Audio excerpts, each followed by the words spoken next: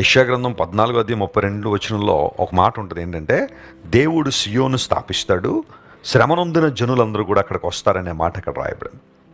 శ్రమనొందిన జనులందరూ కూడా సియోనుకు తిరిగి వస్తారు. ఎందుకంటే దేవుడు సియోను స్థాపిస్తున్నాడు. నీ కుటుంబం చెదిరిపోయిందా? నీ వ్యాపారం చెదిరిపోయిందా? నీ వృత్తి చెదిరిపోయిందా? నీ ఉద్యోగం చెదిరిపోయిందా?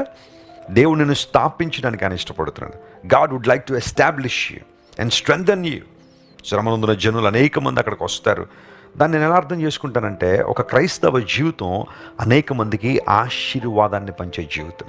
శ్రమనొందిన వారు, ఇబ్బందులు ఉన్నవారు, కష్టాల్లో ఉన్నవారు, ప్రతికూల పరిస్థితుల మధ్య నలిగిపోతున్న వారికి నీవు ఒక లైట్ హౌస్ వలె, లేదా ఒక ఆశీర్వాద కారకుడిగా ఉండాలని దేవుడు ఆశిస్తున్నాడు. ఎంత గొప్ప వాగ్దానం ఇది!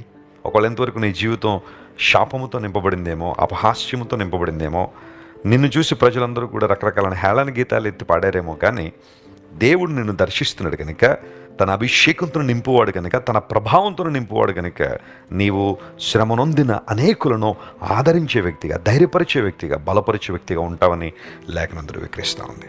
దేవుడు మనం స్థాపించడానికి, నాటడానికి ఆయన కనిపెట్టుకుని ఉన్నాడు. The day has come. ఆ రోజు వచ్చింది. దేవుడు నిన్ను ఈరోజు నిలబెట్టాలని, నిన్ను బలపరచాలని ఆయన మనస్ఫూర్తిగా ఆశిస్తున్నారు.